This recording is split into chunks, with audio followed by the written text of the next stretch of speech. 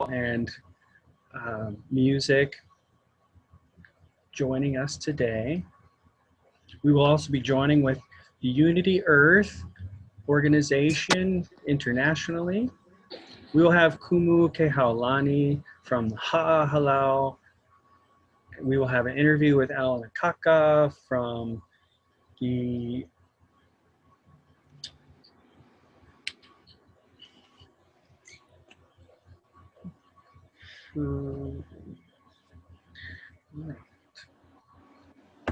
Alan Akaka from the Hawaiian Institute of Music Enrichment and Learning Experiences. We'll have an interview with him. We will also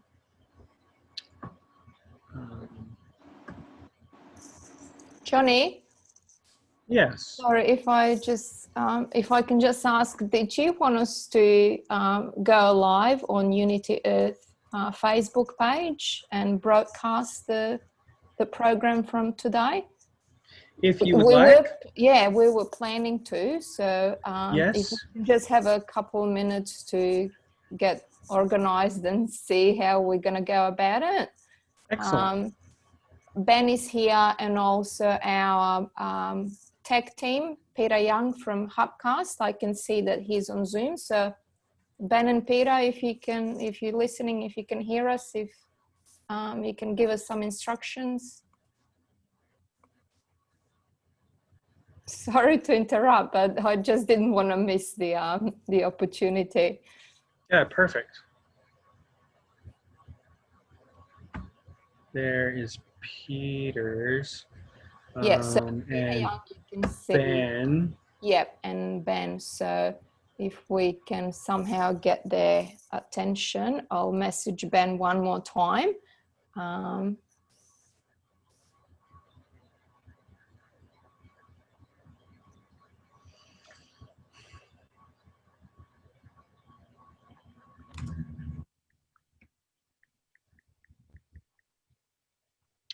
We will also have a visit with Sister Jenna from the Brahma Kumari, more from Patu Bantan and Antoine Rootstelpau, which we just heard. We will be finishing off with a discussion with VJ and other spiritual representatives of our community. While we wait, we could have another musical presentation. We have the Sacred Earth Choir ready to... Ben's here now. Hi, Ben. Hi, guys. Aloha from Melbourne, Aloha. Australia. Nice to have you here, Ben. Thank you so much. It's exciting to be here with you. It's wonderful to have the Interfaith Roundtable of Kauai represented on Peace Weekend as we celebrate the International Day of Peace together. We're very, very honored to be here with you all. Yes, thank you so much. Irina was just sharing with us that you would like to broadcast live on the Facebook page. And is that beginning at 2? Yeah, that was the plan. We were going to start that at the top of the hour. I think Peter Young from Hubcast is here in the room, and he's going to arrange that so that it goes out not only on the Facebook page, but also on peaceweekend.org, which is where a lot of the content from around the world over these 2 or 3 days is going. And then it would go out to some Facebook pages from there, Johnny. That was our understanding with Deborah, that we would broadcast it, yes. Beautiful. Okay, so we do have a musical presentation by the Sacred Earth Choir leading up to that. We'll go ahead and play that now, and then I will give... yeah? Sorry, and Ben, is there anything that Johnny needs to do or we need to do, or at 8 o'clock or 2 o'clock it'll just go live? Yeah, yep. Okay. It'll go live, and Johnny, you're going to be controlling the screen, so when you play a video or something, you're just going to screen share and make sure you tick the audio share computer audio button in the normal way, and everything will work well. Okay, great. And that will work also from the host, Deborah Burnham, as well? Yeah, so whoever does the screen sharing of the videos, if you have other presentations like Pato or Audrey or whatever it may be, then just make sure you click the box down the bottom when you're screen sharing in Zoom that says share computer audio, and that way the good audio will be shared with the audience as well. Yeah, thank you so much. I'll Okay. stay here with you, Johnny. So if you have any questions during the program, I'd be happy to assist. Thank you so much. All right, let's go. More music. All right.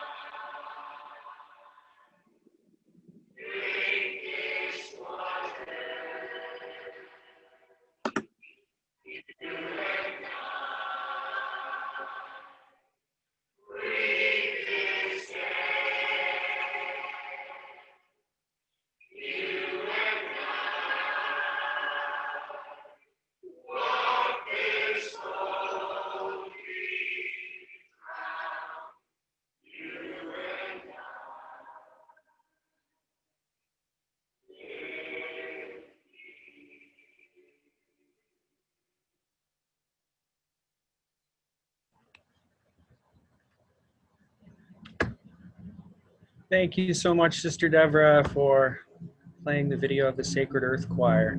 The Sacred Earth Choir is a local choir created by a now past singer-songwriter who was quite influential to a lot of people on the island. For some reason, her name escapes me at this moment. How hilarious. The choir is focused on sharing the blessings of this earth and bringing praise and upliftment to the community. In today's celebration, we wish to recognize that we are here on this earth together. That that we live here, that we all breathe this air, that we all drink this water, that we all walk this sacred ground. That the heart that beats in this chest is the heart of the mother. This is the heart of the earth. There isn't anything that takes that away from me. There isn't anything that can remove that from my life. The breath of life that has breathed all life breathes here as it breathes through all people, as it breathes through all life. Every moment of the day, we have an opportunity of embracing that, of being fully present with that. To be with this breath, to recognize that it's the same breath that breathes all of life. I get to ask myself, what came first, this breath or this mind? I get to sit with that. What came first, the waters of life or the collection of waters in this body? As we go forth in this life, may we be aware of this. In just a moment, I will introduce the Kumu from this island.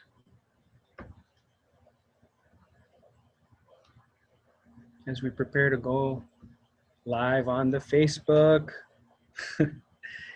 share this message with the world.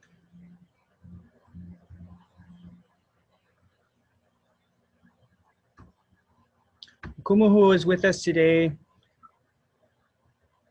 is Kumu Kehaulani Kekua. Sorry to interrupt you guys. We're ready to go live. Thank you. Are you going live now?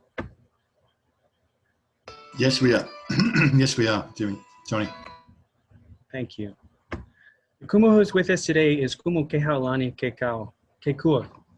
Forgive me. She carries the wisdom of her ancestors and holds it for all people. She hosts a halau, the Palahiva Okaipuvai, and she has been trained in the ways of hula her whole life.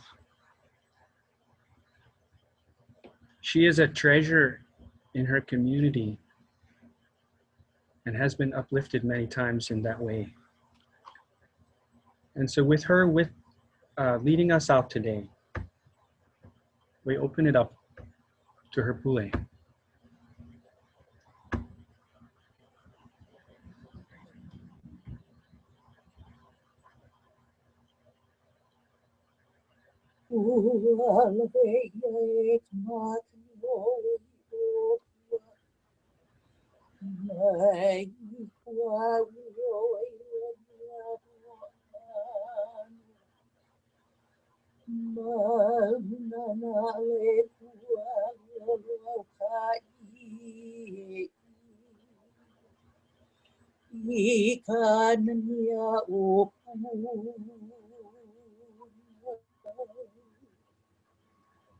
Mahalua in the Mako, Mokialu Kaua, Yomano, Ika Malu Kapua, Ne Kapua,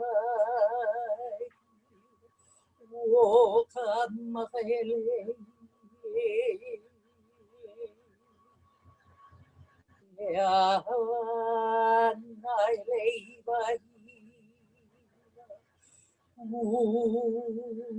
Ilimekela o Kawaii Ahele Kai Ika Puyopi Hanakalani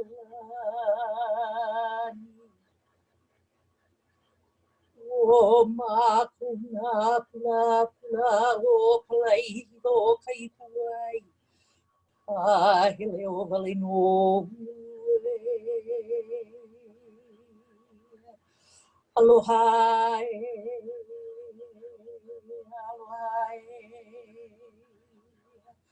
Aloha.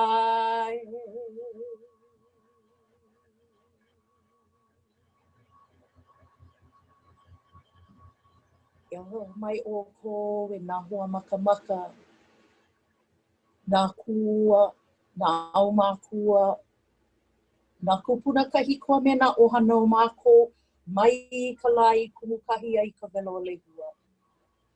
Eia māko nā pula pula o papahana o moku, o keia honua nei. Hau olilua no wau, no keia wā. O ke aloha nui, mai ka lani mai. Eia ka pule, ka nonoi haa haa, no ko o ko aloha, me ke kako'o, me ka mana nui.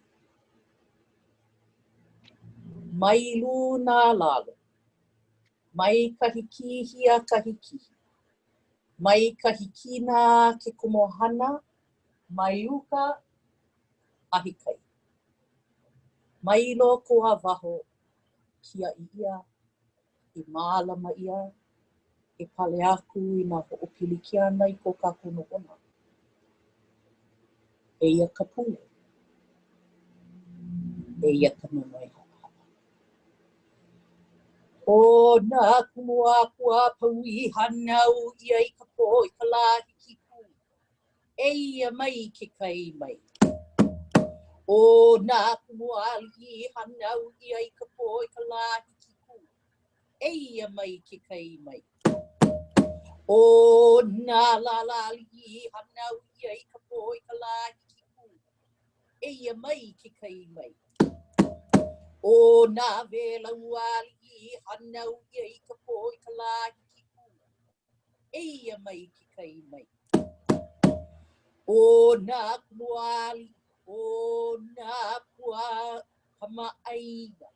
E ku e ola, kauakani ko'o, palalau hala, hau maka i ole, a kolopu.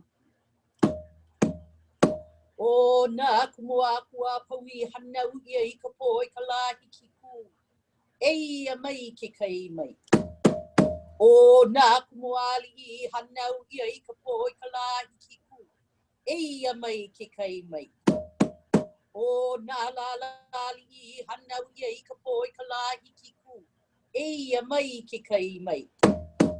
O nā vela uali hanau ia i ka po i ka lā hiki ku. Eia mai ke kai mai. O nā puali, o nā pua kamaaina. E ku e ola, a kauakani ko'o, a palalau hala, a hau maka i ole, a kolopupu. O nā kumuakua paui hanau ia i ka po i ka lā hiki ku. Eia mai ke kai mai. O nā kumuali hanau ia i ka po i ka lā hiki ku. Eia mai ke kai mai. O nā lalali hanau ia i ka po i ka lā hiki ku. Eia mai ke kai mai. O nā vela uali hanau ia i ka po i ka lā hiki ku. Eia mai ke kai mai. O nā puali, o nā pua kamaaina. E ku e ola. A kauakani ko'o, a palalau hala, a hau maka i ole, a kolopupu.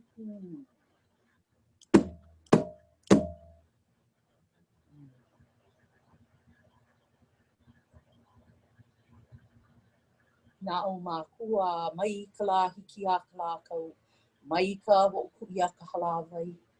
Nā au mākua, ia ka hinakua, ia ka hina alo, ia ka ākau i kalani, o ki hai kalani, o e kalani, nulu i kalani, ka holo i kalani.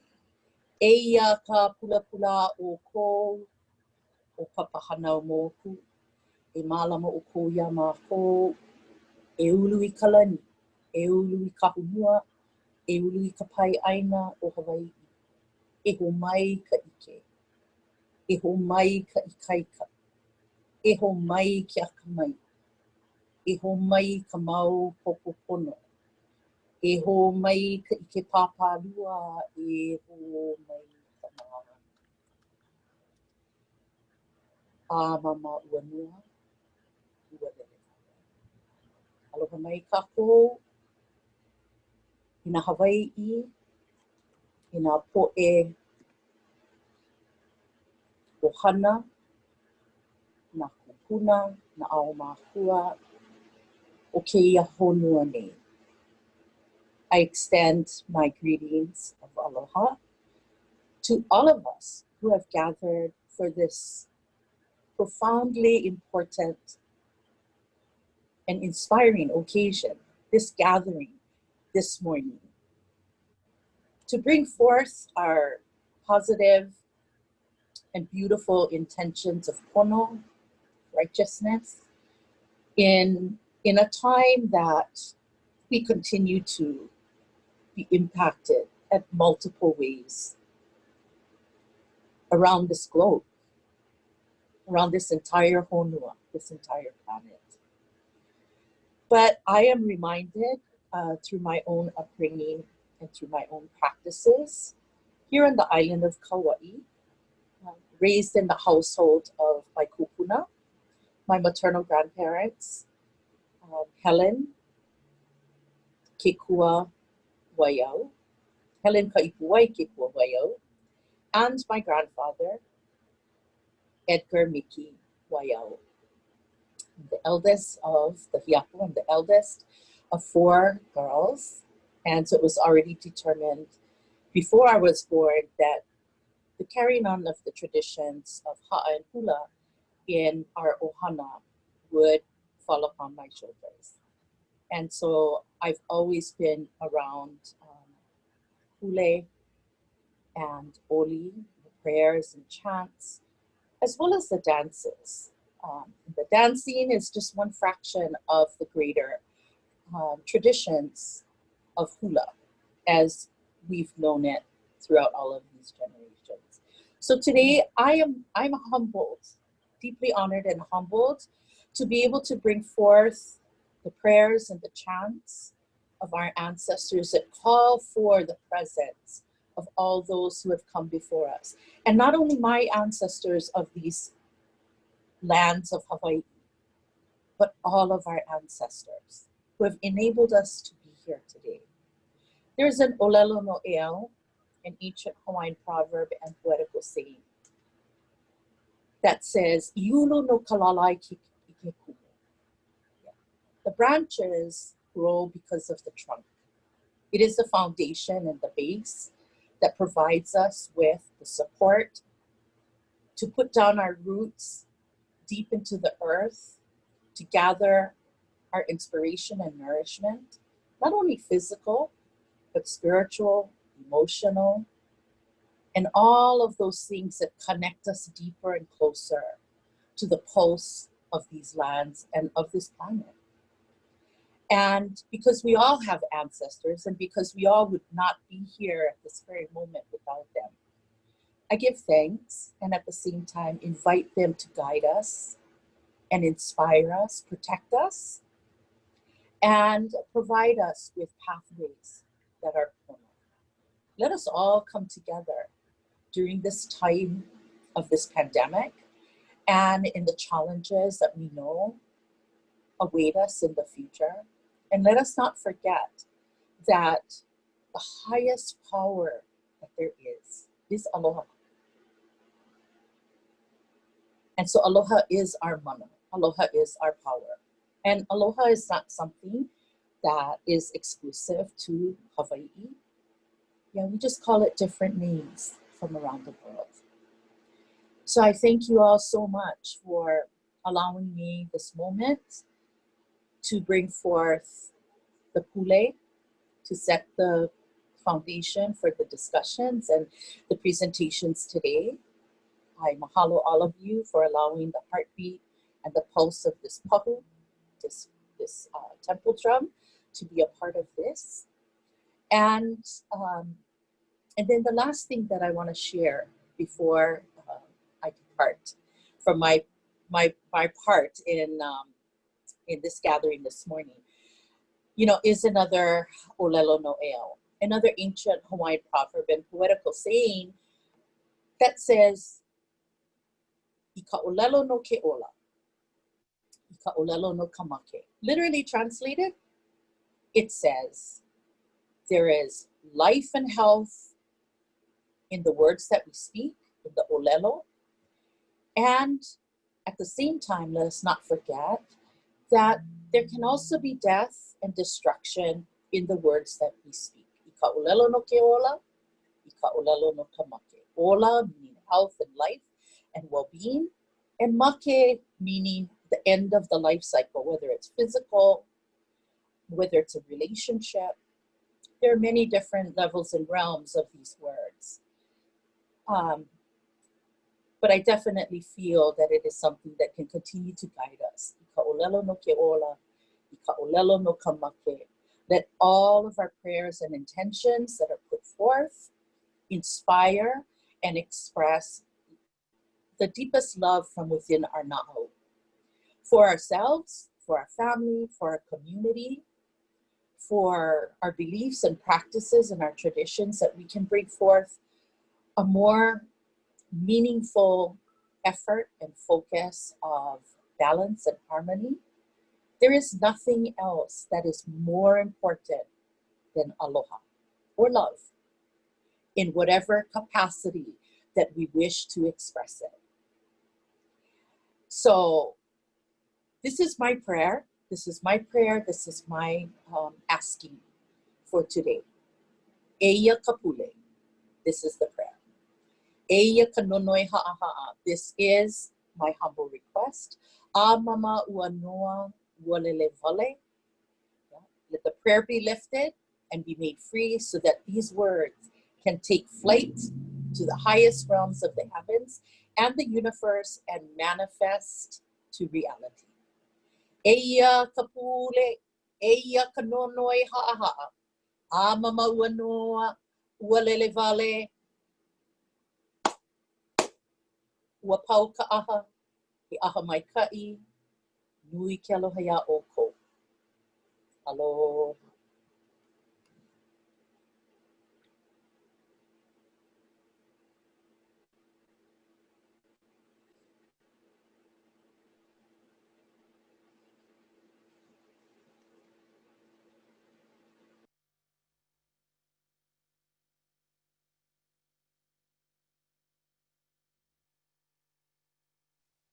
Mahalo, Kumu. I know your words have lifted hearts.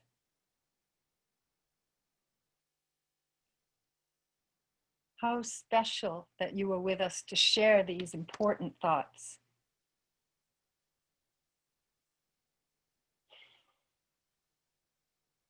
And now it's my pleasure to introduce Alan Akaka.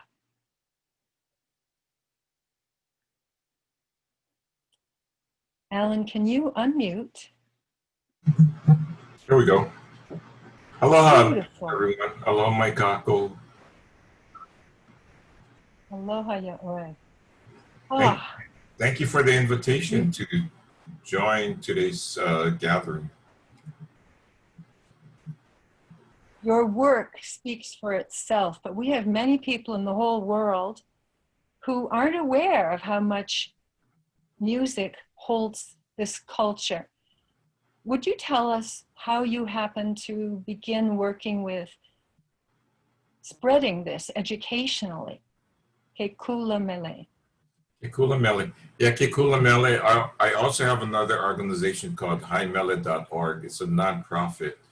But for ke kula mele, you know, I've been interested in music, well, forever it seems, because I grew up in a household where my dad was a music teacher and then a choir director at the Kauai church and so on. And, you know, I used to attend the rehearsals as a child just to, you know, to do something on a Tuesday night or Friday night when they had rehearsals and so on. So, you know, a lot of the music I heard, you know, or learned just by listening and hearing it and so on. So, you know, I would grab my father's ukulele when he wasn't home. It was stuffed under the bed. And so I would just practice. I would take out his music book and I would teach myself. And I did a lot of that, you know, throughout my career, teaching myself how to play an instrument. Seems like, you know, I didn't have a problem doing that. And then, you know, at Kamehameha, I joined the beginning band. I learned how to read music and so on. And I decided I wanted to become a band director or music teacher. And so I did that throughout the years. You know, I taught at Kahuku School.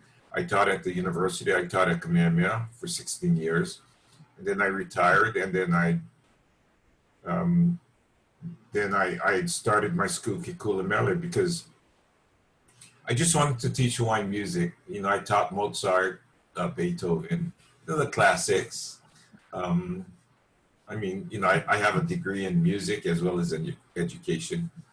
And I just wanted to teach Hawaiian music because after all, you know, I live here and I'm proud of my heritage and my culture. And then another thing, you know, many children don't even know, especially the ones that were born and raised here from, you know, families who were here for generations. They don't even know their background. So I wanted to teach them about their Hawaii through the music. And for those of you who know Hawaiian music, you would realize that most of it is of love. It speaks of love. Love for people, love for nature, love for, I mean, just a deep love or admiration of someone or some people, or maybe to tell a story about something. It could be politics, about a sadness, but because there's a love for the homeland. Yeah. So I wanted to kind of pass that along to all the keiki. And I'm doing that right now. I'm teaching them songs. And for them, you know, this is all new to them. So it's like they're absorbing this, like I absorbed it when I was young. I'm also, for the steel guitar, which is this instrument here, and if you allow me, I'm going to play just a little bit. And I know you do have video of my next generation youngsters, keiki, playing. So I'll just play a little of this. So here's a Hawaiian steel guitar that was originated here in Laie, up on the North Shore, by an 11-year-old boy named Joseph Kikuku. This was back in the mid-1880s. And he took this to the mainland, and while he was, you know, playing Hawaiian music and making that popular throughout America and then later on the world, he brought this new style of playing the guitar, and that became popular, very popular. And so this is it.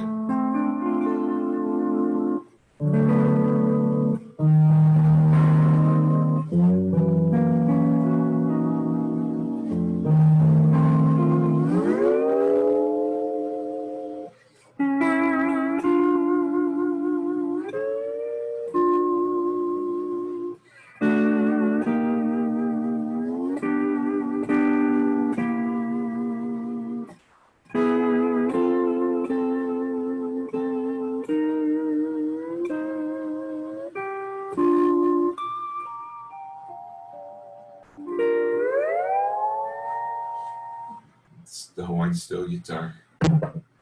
Can you feel the love coming up, coming from this instrument? Yeah, it's all love. I was taught to play from the heart, and you can hear the difference. Yeah, when playing from the heart, it's all love. And I learned from the kupuna.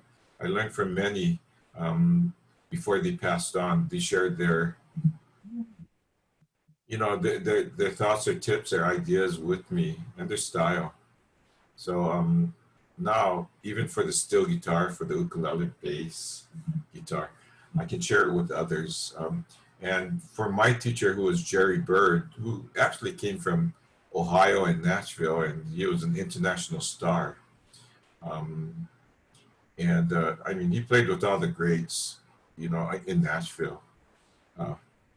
And so, you know, he moved to Hawaii because he saw what was happening, that rock and roll was taking over. Fewer and fewer young people were taking up the steel guitar and Hawaiian music. So he wanted to reverse that. He moved to Hawaii, and I was one of his students. So what I'm doing right now is I'm carrying on that legacy. And so this is what we do at Ke Kula Mele. We learn about the music and we learn about the instruments of Hawaii. Yes. And so if you want to learn more about Ke Kula Mele, I'm sorry, Deborah. I thank you for sharing some of the sound from a legend. That's you on the steel guitar. And now we'll get to hear your haumana. Yes, please. Mahalo.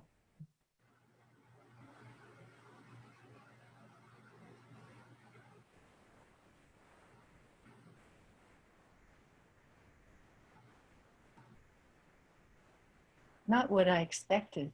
Doesn't look like the children at all. So the video is not starting for you? No video? It's sitting here on the screen share screen. Any of my helpers in the Zoom room, if I'd made you a co-host, you could help me, couldn't you? Well, I tell you what you can do is, Yeah, we can see your screen now, Deborah. So Yes. and whatever you did before. So if you click on the screen share button, yeah, I'm on the Down the screen button? share. Now you see the next gen. The yeah, 8 so double students, click on that. 2000. Yeah, screen share and yeah, then double yeah, click we on, can see it now. so double You click see the- on the next gen.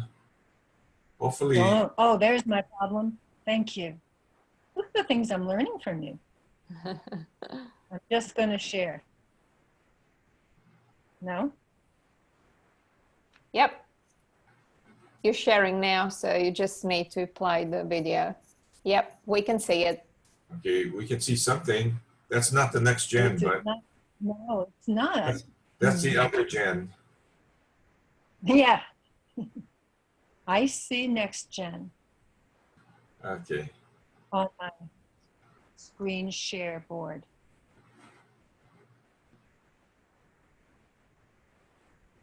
But when I double click them and then share, they're not what's coming up. Okay, tell you what, if you go to screen share, or if you allow somebody else to screen share. Whoever has the video, Alan, do you have a video? I have a video that I can share with everybody. Yeah. Yeah, it's not So exactly if- what Deborah has, but it'll give you an idea. So if Deborah makes, So go to Alan, screen share, co-host. Deborah, and click on that, and then you can allow somebody else to screen share. I'll allow you. Okay. That's what we yeah, have. so whoever has the video, if you make them co-host, Deborah, and then they can share.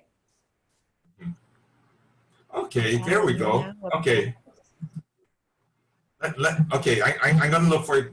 Let me look for it and then I'll screen share it. Okay, let's see. Here we go.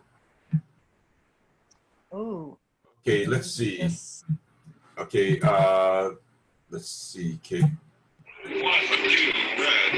Have something? Sorry. I think I just started the one that we thought we couldn't start.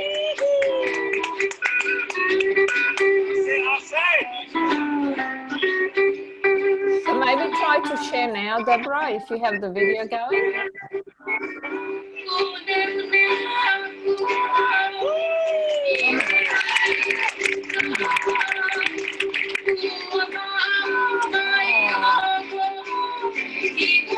I so wanted to see them. This is one of my children. She's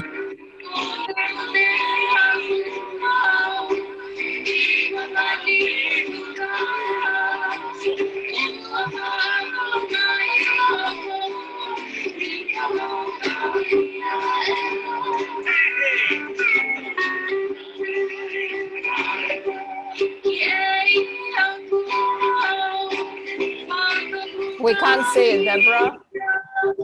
I know. So just, Irina, what can I do to get out of this? So have you tried to click on share screen now while the video is playing? Say that again, Irina.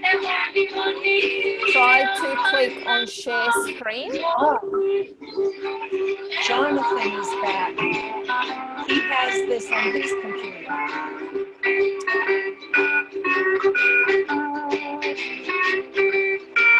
The share screen is up. Hi, Deborah. Hi, Jonathan. Zoom is saying that your internet is too slow to show the picture. So Oh. yeah. So if we just pause the video and then I'll share my screen. I'll show you yes, something. then he can share his. Just go ahead and pause that video. I can stop the audio. Is that Yeah, what you have in mind? yeah. Yeah, Yeah. yeah. Okay. Okay, let me share my screen and I'll show you, just to set it up. These are my students playing at the Kauai Steel Guitar Festival last year, not this year, in 2019. And so, you know, I think the oldest one was, let's see, the boy, he would have been in 10th grade, I believe. And then the next one would have been in 8th grade, 7th grade, and so on. So those are the ones playing on the stage. The bass player was in grade school. So these are all my young ones. So yeah, let me share my screen. Let's see, who can share? Okay. Okay, I guess I can share too. Who can start sharing when someone is, okay, good. Okay, good. I'm good to go. All right, here we go. This is called My Next Gen. Sorry, okay, so as you can see, the Kauai Steel Guitar Festival. Here are my kids. Here's the grade schooler over here. This is a girl that was singing just now that you heard. She was in, I think, 8th grade at the time, 9th grade. He was in 8th grade or 7th grade, and then the boy you can't see was in 10th grade. And they're playing a song called Hana Hana Kawaka, and they're jamming, okay? In other words, they're doing all ad-libs.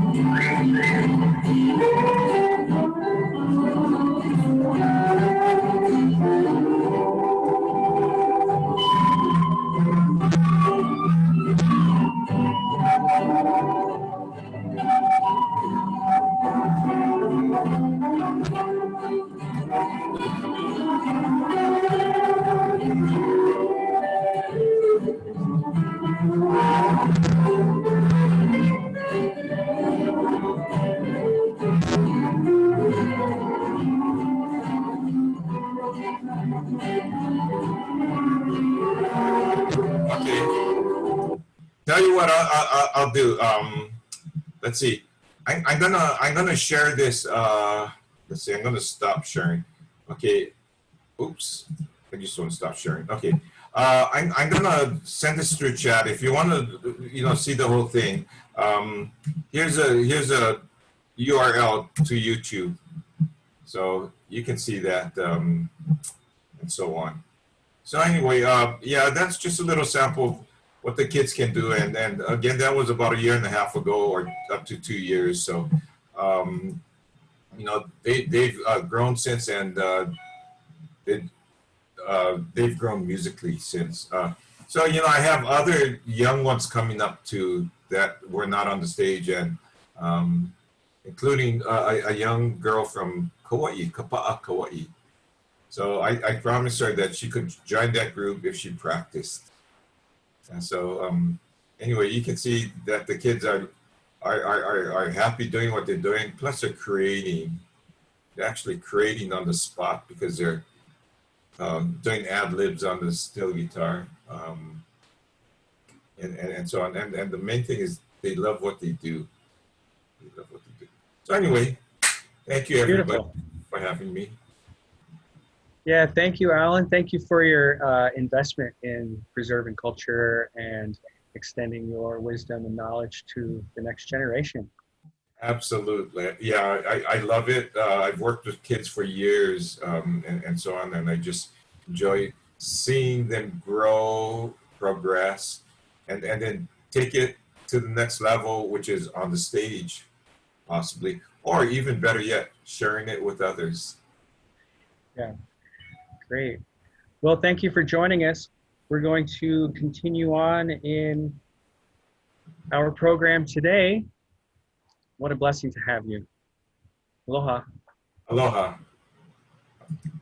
And next we have Auntie Wendy with a story time for the youth in all of us.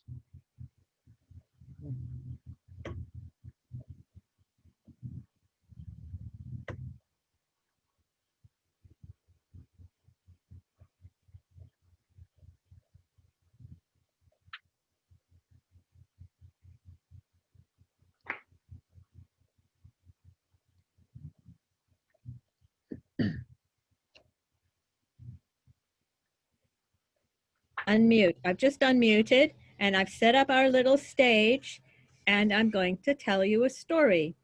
It's called Who Can I Play With? And it's a story that was written by Tia Lubjanidze. The rabbit had been playing all alone all morning and was tired. I'm tired of playing alone, she said. I'm going to go find a friend.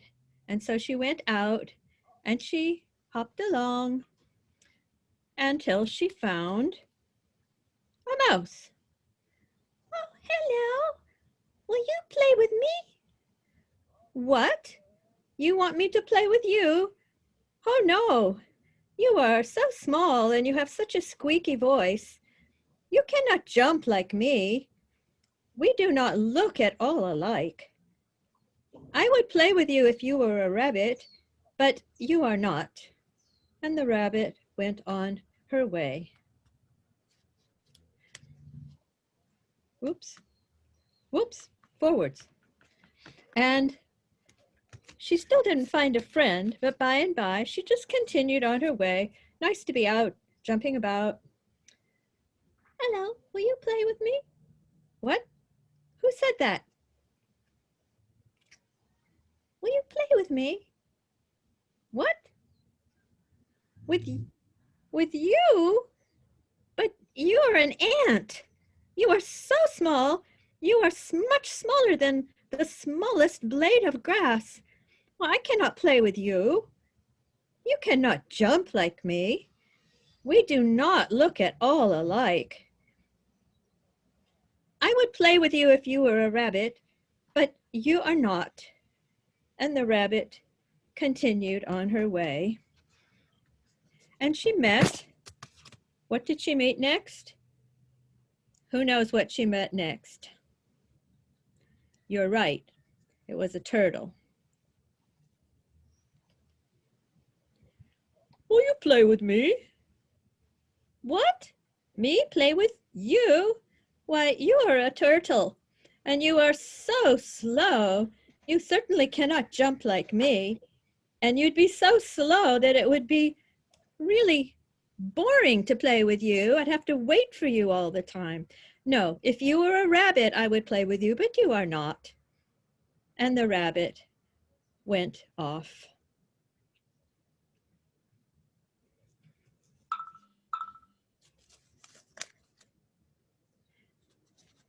And by, you find this hard to believe, but what should the rabbit meet next? But you can guess, and I think you won't guess it right. Are you guessing? Surprise. Hello, surprise. What? Good heavens. Who are you? Oh, I'm an elephant. Would you like to play with me? What? Play with you? But you are so fat, so big. And I don't think you can jump like me. You are not a rabbit. I would play with you if you are a rabbit, but you are not. And the rabbit went on her way. Oh. So the rabbit was getting rather tired of looking for a friend with not much success. And she saw a tree up ahead with lovely shade, and she said, I know what I'll do. I'll just go have a little rest by that tree. So she hopped along to the shade of the tree. Hop, hop, hop, hop, hop, hop, hop, hop, hop, hop. Whoops! Oh my goodness. And she fell into a hole. The hole had been dug by a hunter. Oh, no! I can jump. I can jump out. And she tried to jump out.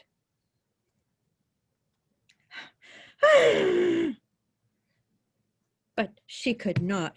Oh, I'll never get out here. The hunter will come and catch me and kill me and make rabbit stew and eat me. Now the ant was nearby, and the ant heard her, and the ant crawled into the hole. What are you doing in here? Oh, I often come in here for food.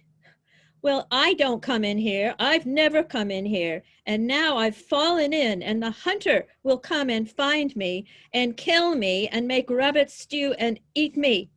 If I don't get out, I am going to die. Listen, don't worry. Don't worry, little rabbit. I will get help. And so the ant climbed out of the hole with no trouble at all, even though he was very tiny and no taller than a blade of grass. He had no trouble getting out of the hole. So he went along and he found his friend. Oh, Mouse, Mouse, we have to go and help Rabbit. Rabbit fell into the hunter's trap by the tree. Oh no, we have to help that rabbit. Oh, what will we do? What will we do? And along came the turtle. What's going on? We have to go and help the rabbit. Oh, what happened? The rabbit fell in the hole that the hunter dug. And the rabbit, if we don't help, the rabbit will be killed by the hunter and made rabbit stew and be eaten. Oh, we can't have that. Come, let's go find the elephant. So they ran off to go and find the elephant. The ant, the turtle, and look at the turtle really moved quite fast. And they went to look for the elephant. And they found the elephant in his usual favorite place by the river. Elephant, elephant, come quickly. Rabbit has fallen into a hole. So the elephant said, well, you come with me. We'll go and help. Because the elephant was kind. So the elephant and the turtle and the ant and the mouse all made their way to They're not going the wrong way. They all made their way to the hole. Oh, oh, oh, oh, they heard. Don't worry, little rabbit. Don't worry, little rabbit. We'll help you. I'll never get out of here. The hunter's going to catch me and kill me. Don't worry. And the elephant, with the help of his friends, reached down into the hole and guess what? Lifted up that rabbit by his ears.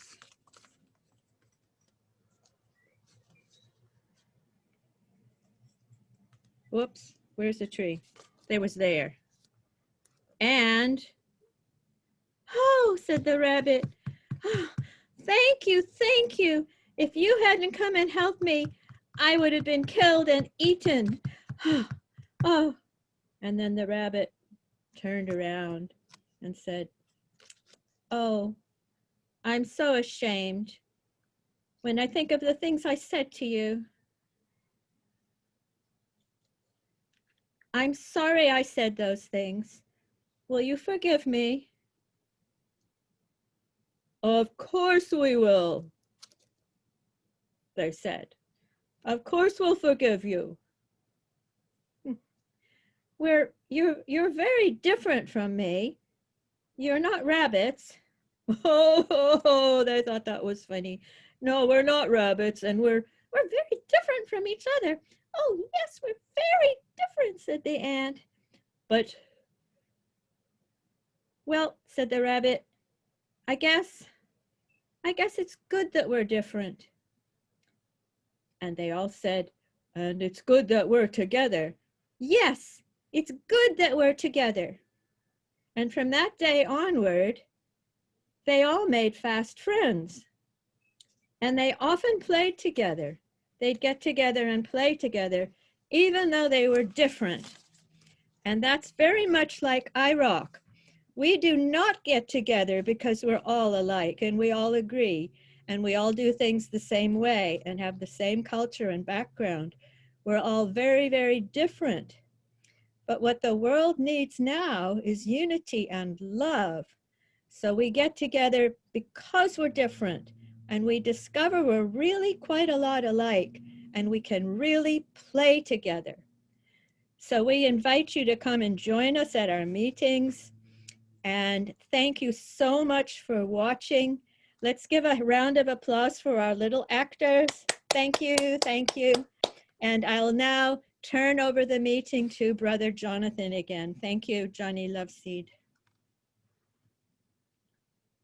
Thank you, Auntie Wendy. I really appreciate the sheer simplicity of your presentation.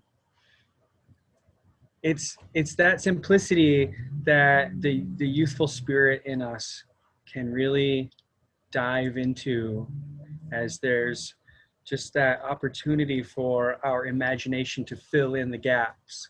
What is the color of the rabbit? Is it just white or is it some other colors? And the simple background, and we get to fill in with our imagination where the bunny rabbit is going and the playfulness of diversity. Thank you very much. I really appreciate it. So moving right along in, is there anything you would like to say about it? Me? Yes. No, I thought it was a wonderful story. In fact, when I first read it and started thinking about it, actually made tears come to my eyes because I think it's such a very important story. And I think it's like an adult story as well as a children's story. Thank you.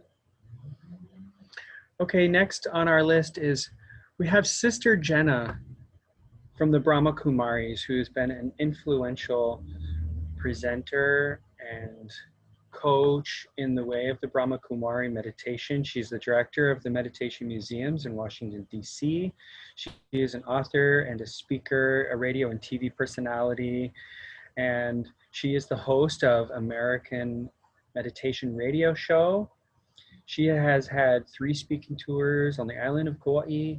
In 2007, she assisted in Deborah Burnham's awakening and belonging to the Brahma Kumari.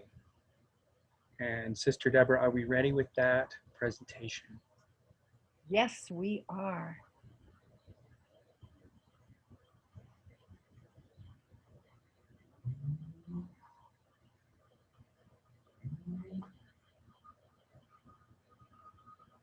Hi, everyone. I'm so happy that you were able to invite me to be a part of your International Day for Peace. And what a particular amazing time for us to be having this conversation and dialogue. Mahalo, aloha to all of you. I'm Sister Jenna from the Brahma Kumaris in the nation's capital in Washington, D.C. And today it gives me pleasure to really look into what self-transformation means at this particular time. So there's a real deep sense of awakening happening right now. We're all beginning to feel this urge that when I change, the world will change. Many of us have used tragedy to be a precursor to move us into change. And some of us would rather to use love. Love should be the means of changing our hearts. And in the particular times that we find ourselves in globally, everyone's going through similar emotions, anxiety, fear, uncertainty, mistrust. But there's also an awakening that's taking place. There are people around the world that are going deeper in prayer, deeper in meditation, deeper in charity, deeper in being there for one another. So there's a call that's happening for us all in different ways, in different forms, maybe in a different language. There's something happening inside the soul. It's like it's knocking on the door of your mind, and it says, if you change, the world will change. Are you ready to make your life your message? That through your thoughts, your words, your deeds, something will give, something incredible will happen. We're at that particular time in life. We're being asked to change. In my spiritual study, we've often understood that all 8 billion of us on the planet, we're souls.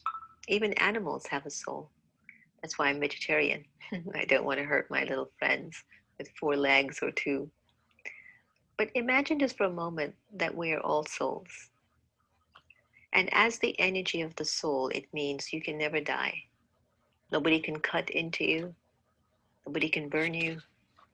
But your feelings can get hurt. Isn't that interesting? I can never die. Nobody can cut into me. No one can burn me. But my feelings can get hurt as a soul. Fascinating, isn't it? But first and foremost, when we consider ourselves to be souls, I invite you to focus on what is the original innate power of the soul, and it will be peace. When you can actually tell yourself, I am a peaceful soul, you have thrown off so much baggage. So much unwanted ideas and thoughts will just flow right off of you, and it will mean nothing. You'll be like, I don't want any of this. Just by you beginning to recognize who I really am is a peaceful soul. And we're at a particular time that we all need to identify the original nature of the self, not the nature of my gender, my role, my religion, my nationality, my language, not that, but the original nature of the self. And that is of peace.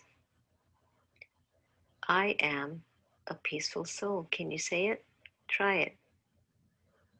I am a peaceful soul. Peaceful soul. And if you find that you're not able to feel peaceful when you say it, then where should you take your awareness? In the teachings of Raja Yoga meditation, there's a very specific focus on a thought, reconnecting, realigning, reawakening to God, the Supreme, as the ocean of peace. And they call it in Hindi, Shanti Sagar, where you connect to where the energy or the vibration of peace is bigger than yours. And when you take your attention to that supreme power, where you begin to feel that there's a resonance, there's a memory, that there was once an energy that existed that reminded me of my peace, then that peace starts to flow through you. There is a research done by a Japanese scientist many, many years ago, Dr. Emoto, and he had put specific water crystals down and invited people to have particular thoughts and vibrations over these water crystals. Some were loving, some were happy, some were peaceful, some were angry, some were jealous and critical. And would you believe, based on their thought vibration on those, with those crystals, it changed the formation of the crystal? Why didn't they stay the same? So imagine if I can think of an energy such as the divine, that is the ultimate energy of peace and purity. Imagine the return of the vibration of that energy onto I, the soul. So in meditation and in the teachings of Raj Yoga, there's a very, very big focus on I being a soul at peace, connecting to God, the ocean of peace. Right now, everyone in the world is connected to anxiety and tragedy and fear, what this leader's saying, what's happening, what didn't happen, what should happen. So when we're thinking of something negative or we're thinking of somebody doing something negative, that vibration comes back at us. So if as a soul I can think about God, the Supreme, the ocean of love, the ocean of peace, then that vibration will come back inside of me and it will begin to nurture me. So the kind of self-transformation that we need in this particular age is to reconnect to the Supreme, to the source of light, and begin to feel like the most important thing right now is that I need to deepen my relationship to God. And on a scale from 1 to 10 in a day, how much do you remember this energy with love and affection? You can just keep it in your mind. Don't say it publicly. But how often do you remember God in a day? On a scale from 1 to 10. How often do you remember people in a day? On a scale from 1 to 10. How often do you think about your finances? On a scale from 1 to 10. 10 being the highest, of course. How often do you think about your body? I go back to the first question. How often do you think about God in a day? Scale from 1 to 10. 10 being the highest. Based on how much you are remembering the divine, that's to the extent that you'll be transforming yourself. You'll be moving away from these human tendencies that have become all too normalized for us. And an acronym that I've used for many years, ALGE. A for anger, L for lust, G for greed, A for attachment, E for ego. Everyone's so tired of hearing me mention it, but to tell you the truth, it's why we're in this condition. If we can remove the algae out of people's consciousness, everybody will be good. We wouldn't need an International Day of Peace. We wouldn't be going through all the stuff that we're going through in the world because there's no algae in the consciousness. So in order for us to remove that memory of anger, the memory of lust, the memory of greed, the memory of attachment, the memory of ego, I need to feel love that is so unlimited and so profoundly deep that that love will help me to remove the memory of that vibration.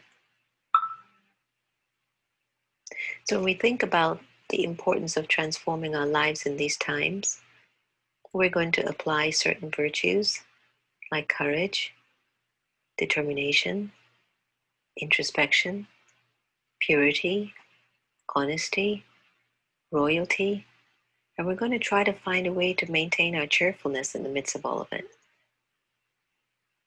To be able to really change yourself in these times, they speak volumes about the character that you are, especially if you're changing yourself for the better and you're becoming more generous, more loving, more forgiving, more accepting, more kind. and more pure. The purer you're becoming as a human being in this particular time is a sign that you're changing. Self-transformation is taking place because you're bringing your innocence back. The power of your true nature of the soul, which is purity, it's coming back to you. And the deeper your purity is, the more at peace you'll be with yourself. That means your mind will be okay. Your intentions are pure. Your motives are pure. Your actions are pure. Your vision is pure. Your speech is pure. What you listen to is pure. What does purity mean? It doesn't give sorrow to anyone. It doesn't give sorrow. But it doesn't take sorrow either. That's something we all have to work on in these times. Not to give sorrow to anyone, and certainly not to take sorrow from anyone. So in order for us to do that, let's break our attachments and our labels that we walk around with and holding such identities to. Let's let them go. Let go of all those labels and attachments, and let's just become free and be who we really want to be. And that is peace. I want to play a meditation for you. And I want to thank you for allowing me to be here with you today and just holding this moment with you. And whether it's for peace or purity or power or love, let it be that somehow, some way, we'll find a way to change ourselves, to become a better version of ourselves, to become more pure, to become more at peace. So I gift you this special meditation moment, and it's my wish that you enjoy it. And thank you again for having me with you today, and all the very best. Please take care. Om Shanti.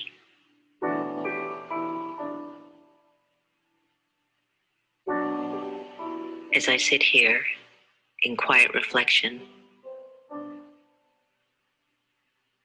I'm reminded how my thoughts create my reality. I've accepted that I am what I am because of what I think. So what if for this moment I choose to let go of my various attachments to physical forms that have limited my potential and my capacity? What if I chose to be free from limitations of thinking? So just for a little while, I invite you to take a deep breath. Inhale and exhale. And imagine for a moment, what if I no longer had an attachment to my name?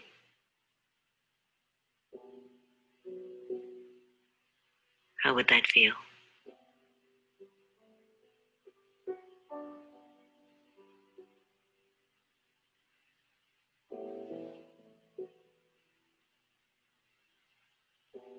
What if I let go of the awareness of the gender?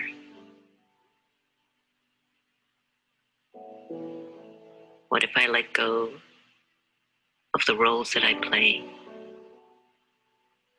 the titles that I own?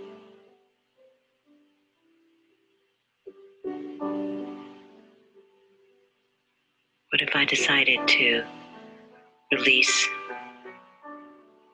thinking of myself as religion, a language, a nationality?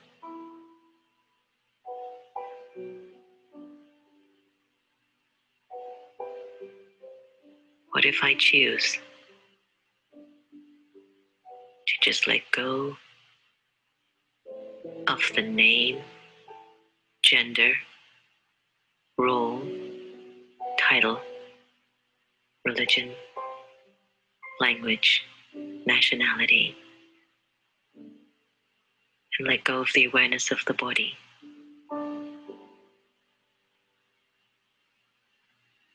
How would I feel?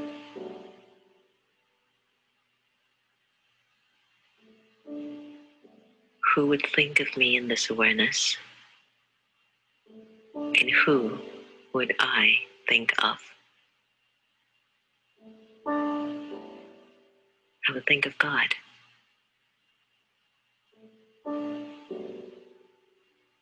And God's remembrance would fall on me. And I, the living soul, would be completely free.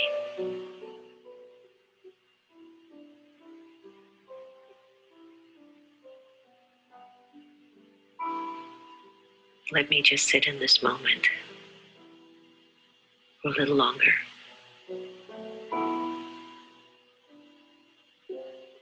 And just be free.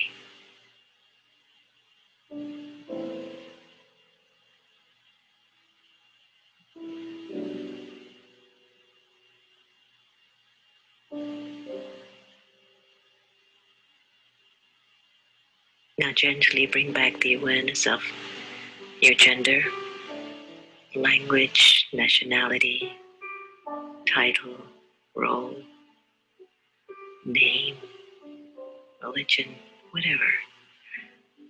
Bring it back to your awareness and see if you can bring the experience of freedom and peace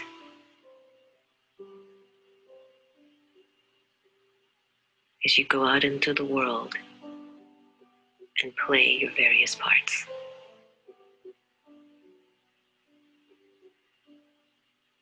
Om Shanti. Om Shanti. Om Shanti. Hi everyone, I'm so happy that you were able to invite me to be a part of your International Day for Peace. And what a particular amazing time for us to be having this conversation and dialogue. Mahalo, aloha to all of you. I'm Sister Jenna from the Brahma Kumaris in the nation's capital in Washington, D.C. Thank you all so much And for your today it patience. gives me pleasure Yes, to I don't really know where this look is into coming what Technical self-transformation means I at will this find particular it, time. however. So there's a real deep sense of awakening happening right now. I'm going to We're all leave the beginning to meeting, feel this Jonathan, and let you urge continue. that when I change, the Oh, world no, I will better not do change. that. Many of us have used tragedy to be a precursor to move us It's into okay, change. Deborah. And some of us would You can rather just go ahead choose and pause love. the video. Love should be the The means of video is changing not our playing hearts. on my computer. It's And in the particular duplicated. times Maybe that we it's find ourselves in globally, everyone's going through Interesting. similar emotions, anxiety, fear, Maybe try to uncertainty, mute yourself, mistrust. Deborah. But there's also If you put yourself on mute. There we go. Great. Thank you, Irina. woohoo. So that was Sister Jenna with a beautiful message from the Brahma Kumari. At this time, I would like to thank Irina, Ben, and Peter for inviting us to be a part of Unity Earth and having a little taste of Kauai being shared into the world, especially with Kumu Kaulani, Kehaulani, joining us and sharing her pule and oli in our opening. Do you have any remarks, Irina?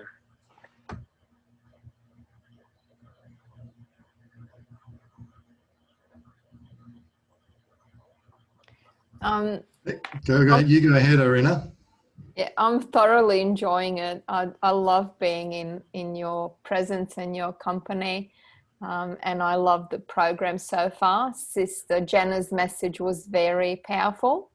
and very needed at this time. So thank you for sharing that with us, with Unity Earth, and with the world.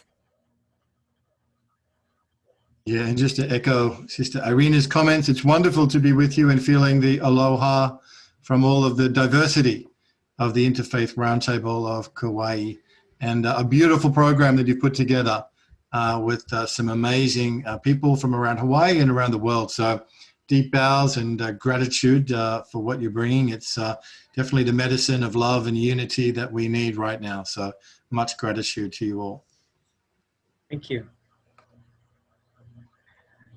Well, as this segment of our celebration comes to a close, we will continue on with a panel discussion with Sister VJ and some other spiritual leaders in the community here.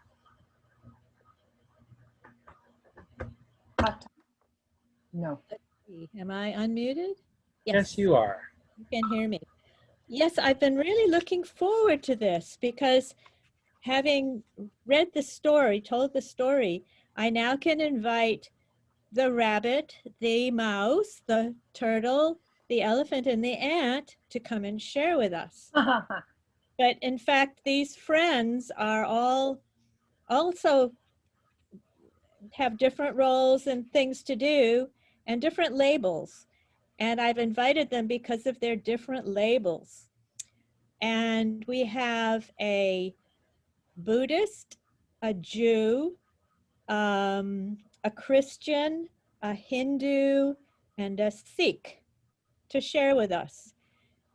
So I would like to introduce them one at a time, and they will each have 2 to 3 minutes to share on the same question. And while you listen, if you have any comments or questions, you can go down to the chat box, which is at the bottom of your screen. It says chat. And if you click it, you get a panel on the side and you can type in a short, not too long, but a short comment or question. And then after they all speak, I'll take as many of those that we have time for in a few minutes and present them to the panel, to an individual or just generally. So having said that, and also because they have maximum 3 minutes, at 2.5 minutes, I'll ring that little bell so if they go on, they know that they need to wrap it up. So without further ado, I would first like to invite Al Albergate. Al is an active practitioner for almost 50 years of SGI Nichiren Buddhism, and he is a leader in the local community, which meets on Sundays in the Plantation Building in Lihue. SGI stands for Soka Gakkai International. Soka Gakkai is Japanese for values creating.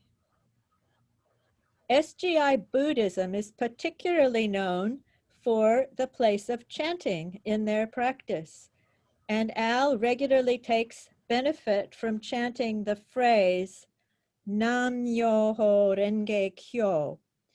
And I'm not a chanter, but I just find that chant resonates with me, and it just gives me a nice feeling. So, of course, there are so many different forms and branches of Buddhism. But at the heart of all of them is the teachings of the Buddha. Al, I would like to ask you how the chanting helps you during difficult times such as what we're in, and what else you can share from the teachings of the Buddha that gives you hope in these times. Oh, Al Albert. thank you for having me, Wendy, and thanks to the audience today for tuning in. Buddhism gives us at least 3 reasons to have hope in these or any difficult times. Number 1 is it gives us a tool to keep our heads on straight. I know that's not very philosophical or religious, but it's number 2, a belief that we are strong enough to come any situation. And number 3, it gives us a philosophy that we are all connected and related on a fundamental level, and therefore we can influence and help others. The first point is the tool. In our, Wendy said, the chanting of the words Nam Myoho Renge Kyo, which I begin and end my days with. My teacher, Daisaku Ikeda, this daily practice of chanting as a spiritual workout. He says it purifies and cleanses your life, gets your motors running, and puts you on the right course for the day. It gets your body and mind working smoothly and rhythm in sync with the universe. For example, I recently returned to Kauai after spending more than 5 months in Los Angeles with my family. It was supposed to have been just a 2-week trip, but then the pandemic hit.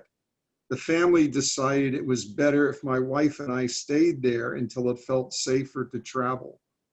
Conditions were not ideal, especially daily chanting, but I found an area of the courtyard outside our small apartment where I could go early each morning, be alone, and chant under an olive tree.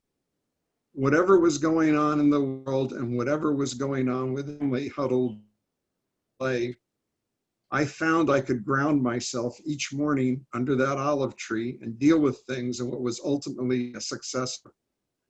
I think especially the ability to keep a calm demeanor really helped the whole family get through that period. And I also believe whether people chant or meditate silently or pray, they probably find a way to ground themselves with the universe or with God or whatever spiritual principle they believe in. Two, all of us are Buddhas inherently. We are a microcosm of the universe and its laws. So Buddhism encourages us to look within for the source of wisdom, courage, compassion, and life force to overcome all difficulties. All human beings have the potential to do this. Practice enables us to unlock this potential. You are a Buddha and I am a Buddha. That's why we must not fight each other. The third point, getting close to the end, all of us are interrelated and interconnected, and we each are capable of encouraging others. It is only the limited capacity of our senses that causes us to place so much stock in the separation between them and us. Because of this interconnectedness, by using violence, you not only injure or destroy the other person, but also yourself. Those who use violence and devalue others' lives actually devalue and ruin their own lives. So thank you for giving me an opportunity to do a brief introduction of how Buddhism gives me hope. Thank you very much. Thank you so much, Al. Next, we have Rabbi Rob Kavit. He is an independent and progressive Kauai rabbi whose passion is performing life cycle events. He is a member of the Jewish community of Kauai, JCK, and is one of their worship leaders. JCK is a Reform community and meets at St. Michael's Episcopal Church in Lihue monthly on the Jewish Sabbath, which is from Friday sundown till nightfall on Saturday. He is their first congregant to become a rabbi.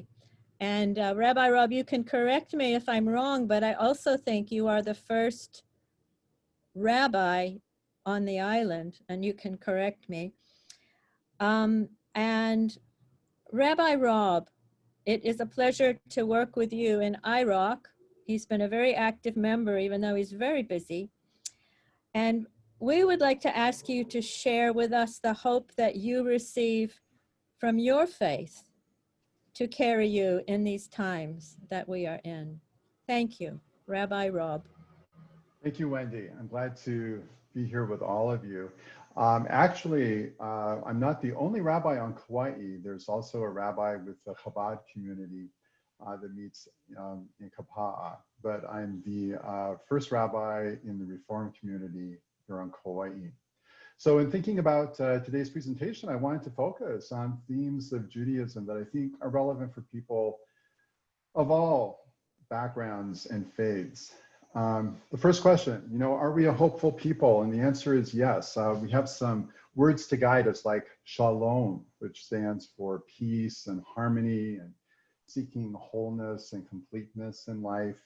And also Hatikva, which stands for the hope and is the national anthem of Israel. But when you look at our history, you wonder how could the Jews be hopeful? Because we're people who have experienced slavery, exile, the loss of our homeland, oppression from cruel empires, the destruction of the temple in Jerusalem, not once, but twice, blood libels, show trials, and even the Holocaust. But through all of this, when we are asked, where was God? Our response has always been that God is with us in our suffering. We did not feel alone, but sensed that even after the fall of Jerusalem and through all of the centuries of wandering, the Holy One went into exile with us to comfort us, to really inspire us, and to give us hope. Austrian neurologist, psychiatrist, and Holocaust survivor Viktor Frankl once said, when we are no longer able to change a situation, we are challenged to change ourselves. And that has been really the theme of the Jewish people for centuries. Mm-hmm. And when we look at these events of 2020 with the pandemic and all of the challenges of losing loved ones and being concerned for health and seeing loved ones sick and wondering what is going to come next, we never want to lose hope. And adapting to all of these changing circumstances, our Jewish faith really teaches us to continue to seek out hope and remind us that we really are never alone in our struggles. The change is both necessary and inevitable. As an example, right now the Jewish people are enjoying the High Holy Days. We started with Rosh Hashanah on Friday, welcoming in the Jewish New Year, and we continue with Yom Kippur later this week, which is the holiest day in the Jewish calendar. And we've had to adapt to make changes because we can't really gather together. And so Jews across the world are, for the first time, having to create a sanctuary really in their home and going on to Zoom to be in community during these high holy days. And it's not easy. It's not easy to break tradition. And I'm sure people of all faiths are experiencing the same thing of missing traditions and milestones and celebrations with loved ones. But our tradition as a Jew, and I think for all of us, is to remember that our deeds matter. And Judaism has always been based really on deeds, that what we do here on earth really matters. We can always take action. So hope, it's not really just wishing for something better, but it's also looking at how can we create something better, to take care of one another, to wear a mask when we need to social distance, to remember that if we didn't have hope, we would just accept our condition and do nothing. Jews have always believed that a better world is possible. We must always seek to improve our lives and to improve the world. To be a Jew is really to be an agent of hope in a world serially threatened by despair. Every ritual we do, every mitzvah, every syllable of the Jewish story, every element of Jewish law is a protest against escapism, resignation, or the blind acceptance of faith. Throughout history, when human beings have sought hope, they have found a lot of that hope within the Jewish story. And my sincere wish is that we continue to be together, to remember that we have hope. And as we celebrate this new year of 5781, we say La Shana Tova, which is a blessing for a sweet and better new year. May God be with you and bless each of you. Shalom. Shalom. Thank you, Rabbi Rob. My pleasure. Next, we have Mercedes Maza, and the original Spanish pronunciation is more like, she can correct me, Mercedes Maza. And she is representing the Christian faith for us today. Mercedes, or Mercedes, grew up in Colombia as a Catholic and came to the United States to finish her high schooling and study art in New York. She always had an interest in comparative religions. After some time on the mainland, leaving her job at the United Nations, she moved to Kauai, and she studied for a while the Hindu teachings with Guru Deva Subramunya Swami at the Hindu monastery community. Meanwhile, while this was going on, several members of her family, either in Colombia or on the mainland, were all becoming born again. And so she investigated this and herself became a born again Christian. She now is making her spiritual home with the Kauai Christian Fellowship, which meets on 2 locations, and she's in the South Shore now in Poipu. Of course, there are so many denominations and groups of Christians, as with all the faiths, but what is common to all of them is faith in Jesus Christ. Mercedes, what is it from your faith that gives you hope in these times? Thank you. Thank you.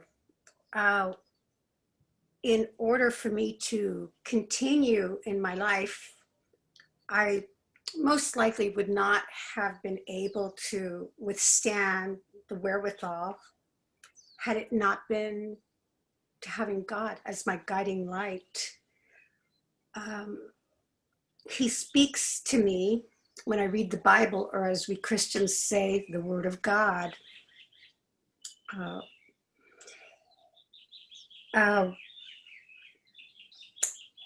I love philosophy and I love the different thoughts. And however, in my experience, I've had miraculous activities in my relationship with God.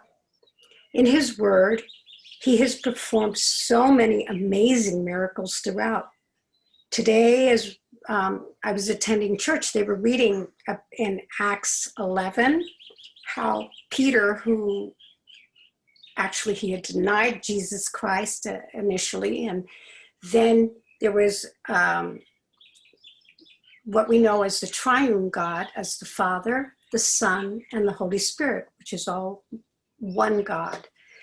And how the Holy Spirit descended, and through that anointing, Peter became very brave and would speak up and not be afraid. And at this time in Acts, he was jailed for his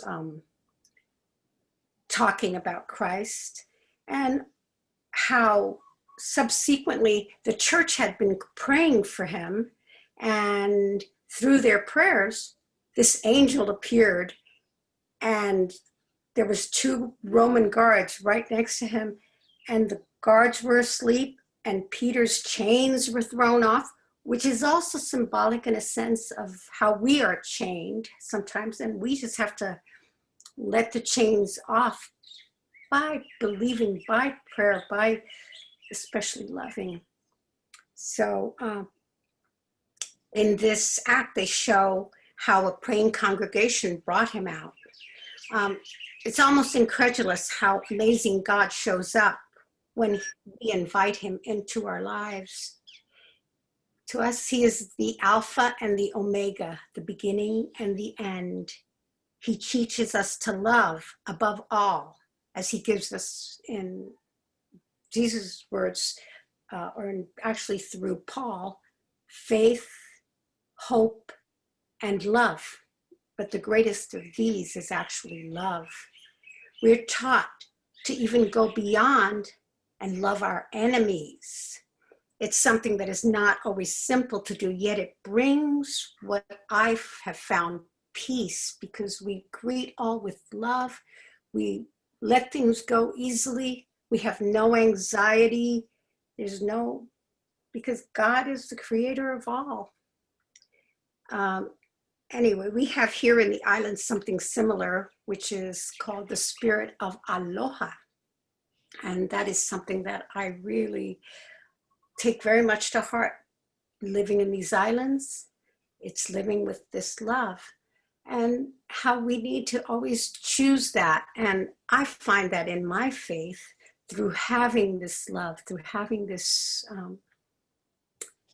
spirit of love, that we can face things without fear.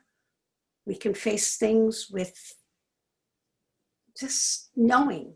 There's a certain knowing that God not only is outside of us, but he's within us, and that we are his hands and feet, that we are his body here on earth. So we're here to emulate Christ's love as he is our Messiah. He's what we have found as the anointed one, the one who there's been all kinds of messianic prophecies about him, and we accept him through his teachings, through his love, through the peace that surpasses all understanding.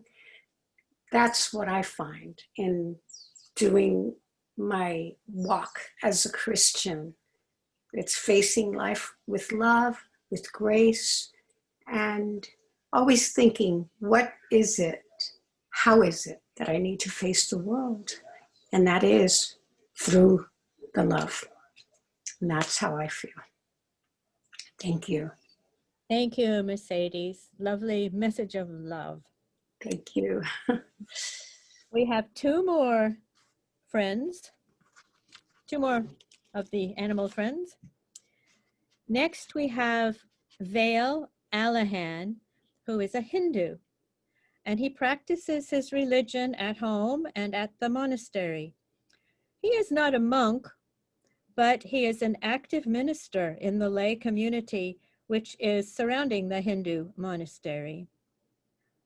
The resident monks are a scholarly teaching community, and they produce the international magazine Hinduism Today, and they also have had built an extremely beautiful Shiva temple far up in the hills, and they welcome many visitors, including pilgrims from India, to visit the temple and all over the world and to study with them.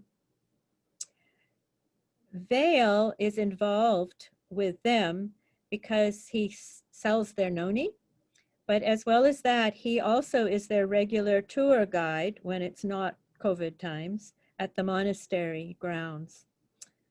Vale, some say that the Hindu faith is the oldest of all faiths. And unlike other faiths, it has no one particular founder or any noticeable beginning point. What is it that you take from these ancient Hindu teachings and practices that gives you hope in these unprecedented, challenging times we are in? Vale Alahan. Aloha, everyone. It's been really wonderful listening to everyone. Yes, I'm with the Kauai Hindu Monastery. I've been with them since I'm 19 years old. We had a monastery in Virginia City, and I lived up there with Gurudeva Shivaya Subramanya Swami and some of the older monks that are here. And our particular branch of Hinduism is over 2,200 years. We've had, we're guru-centric. The guru is a special being. He watches over us. He keeps us on the path. He gives us assignments to do that are beautiful and loving so that we can develop and improve our nature, like all of you have said, and he also states that all religions are good. They give us a base on which to come down to. So when we have deep religious experiences and we have peak experiences. Instead of going down into the lower chakras below the Muladhara into fear and anger and lust and doing harm to one another, we maintain at a certain level, so that because during meditations, as the chakras spin, the lower ones spin also, and some people can, go into lower states of consciousness. So during the pandemic, the monks are very happy because they have a time. One of the monks told me this today. They have a time when they're not having all the visitors coming from all over the world, and they're able to get a lot of work done and plus introspect themselves. And the guru, he's constantly giving us assignments. And, our current assignment is, as all of you have mentioned, is to improve our outer character, which is so important for our inner character. Because we believe, like I heard many of you say, we all come from one source, God. And he's like this big fire, and he sends out the sparks. And each one of us is a spark, and inherently within us is that fire burning, is the sameness. And as we go through, as the soul goes through its evolutionary process and karma that we create, we eventually evolve like an acorn into an oak tree. We evolve from a young soul into an older soul, and can be on a higher level and be able to experience deeper meditation. And we in Hinduism believe that the goal of our life is to have an experience which we call realizing God. It really has no name, but once having the experience, that's what we believe is the goal of life, and it does change us and make us a better person. So that's the goal that we're trying to, and how to attain it is through giving and love and all of the higher ideals, honesty, and so that's what Hinduism is about. Is the guru doesn't walk the steps for us. We have to walk our own steps, but he does give us the guidance. If you were to climb Mount Everest, I always say this on my tours, if you were to climb Mount Everest, you wouldn't come to me as a guide because you don't know what my experience is. But if you would go to somebody who's made the climb before, and so you can attain the top of the path with proper guidance, and he protects us. So, and that's why I moved here to Kauai. Gurudeva Shivaya Subramanya Swami, who I was very close to my whole life, he actually sold me my house here and told me to come. And I basically do seva, which is service for the temple. I do it to help the temple, who are helping people all over the world, but I'm also doing it to make personal progress in helping the temple. So that's my little 2.5 minutes, but I'd like to end it with saying Om one time. And the way that we say Om is the awe, we vibrate the whole body. Awe, we vibrate our whole body.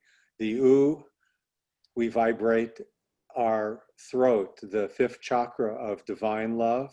And the we hold our teeth lightly together and vibrate the higher part of our head, thus bringing the vibration from the physical world into the spiritual world and beyond.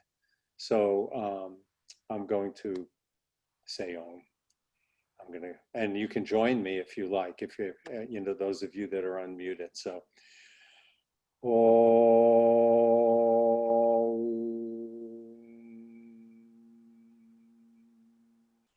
Shanti, Shanti, Shanti.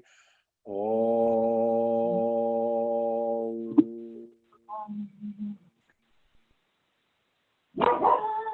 Thank you. And thank you all. Wow. Thank you so much, Brother Vale. And I just want to pick up on what you said, that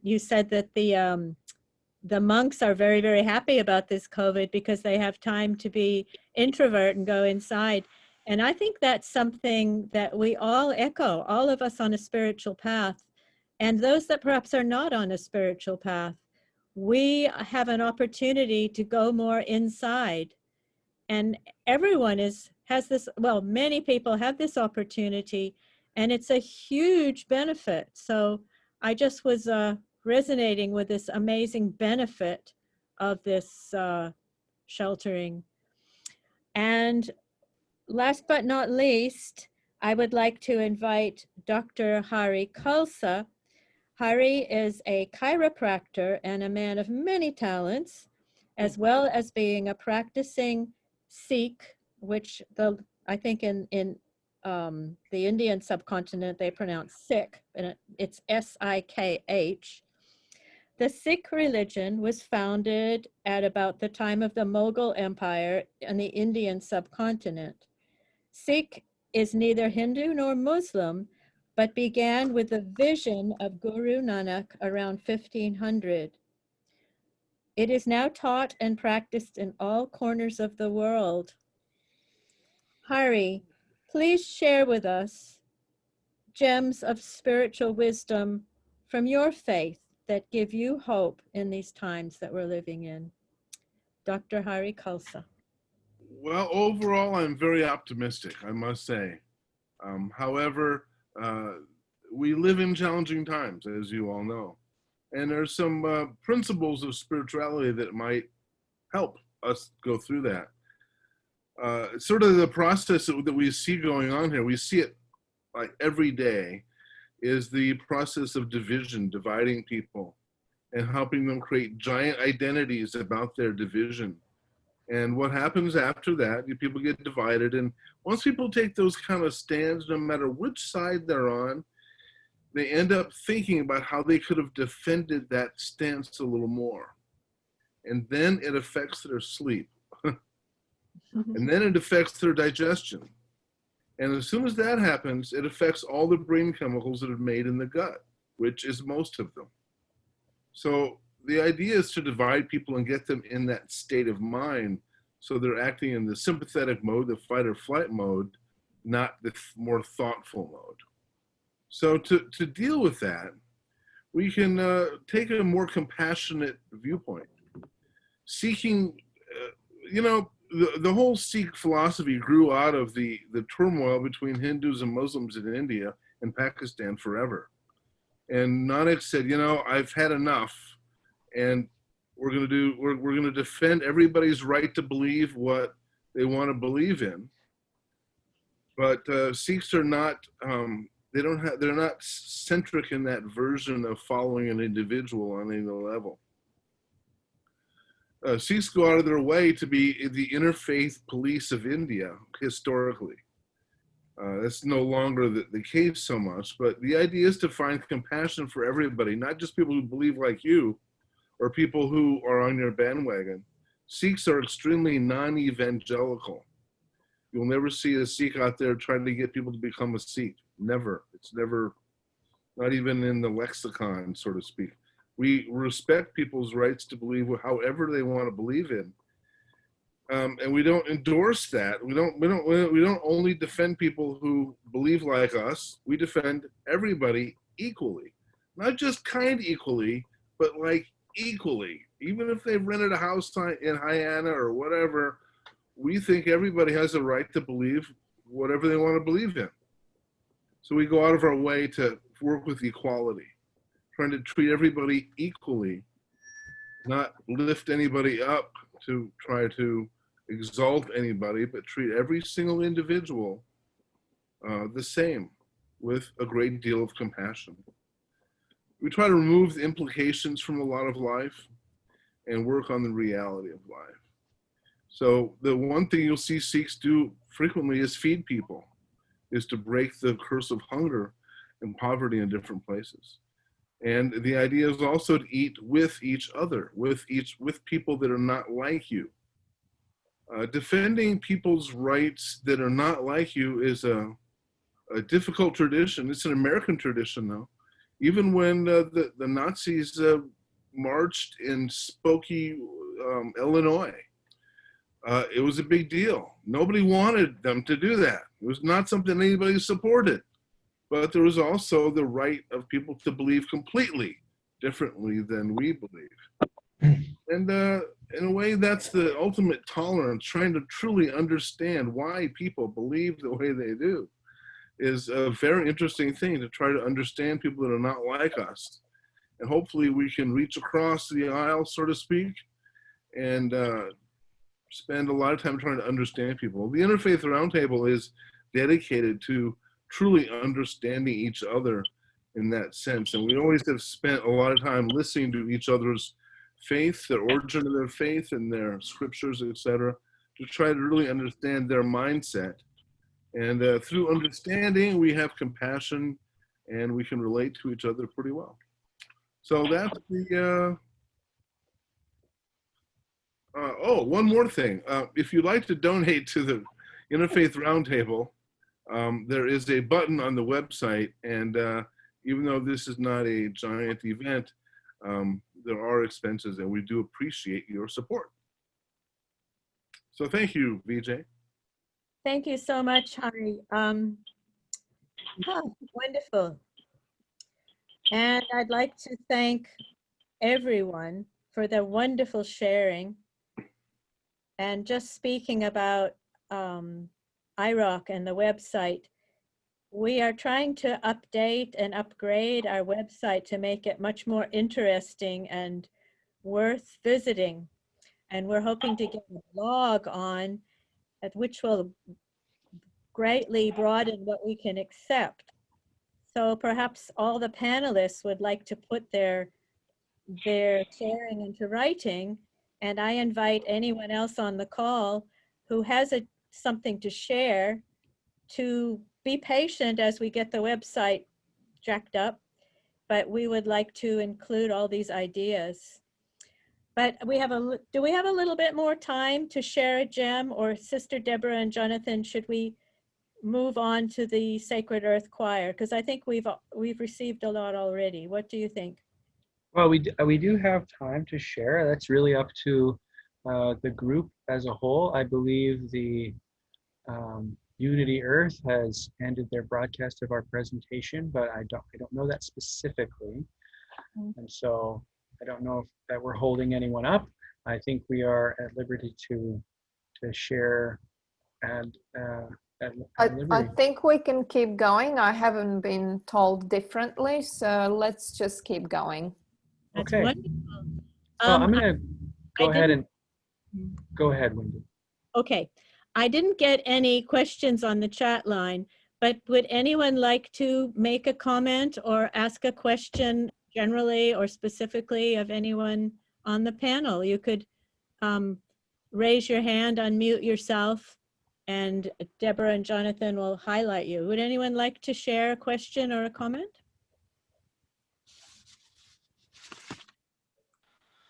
Hi. Hi. Hi, Trent Folsom here. We're in Oahu. Hi, Wendy. Hi. So I heard everyone speak from their own backgrounds and their own religious beliefs.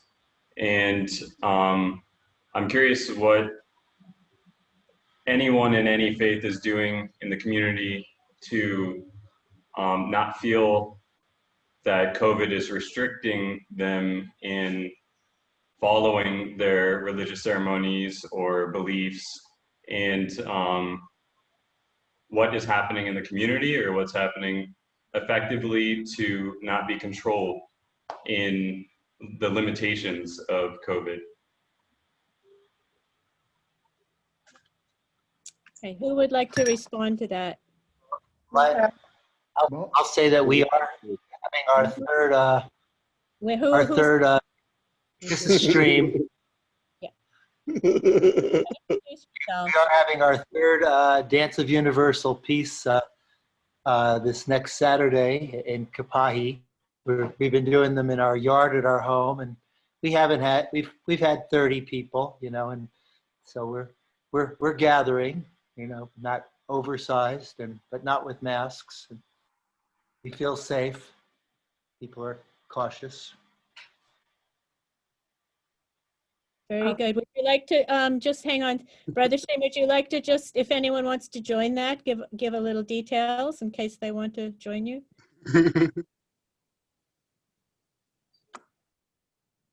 Go ahead, Rabbi Rob.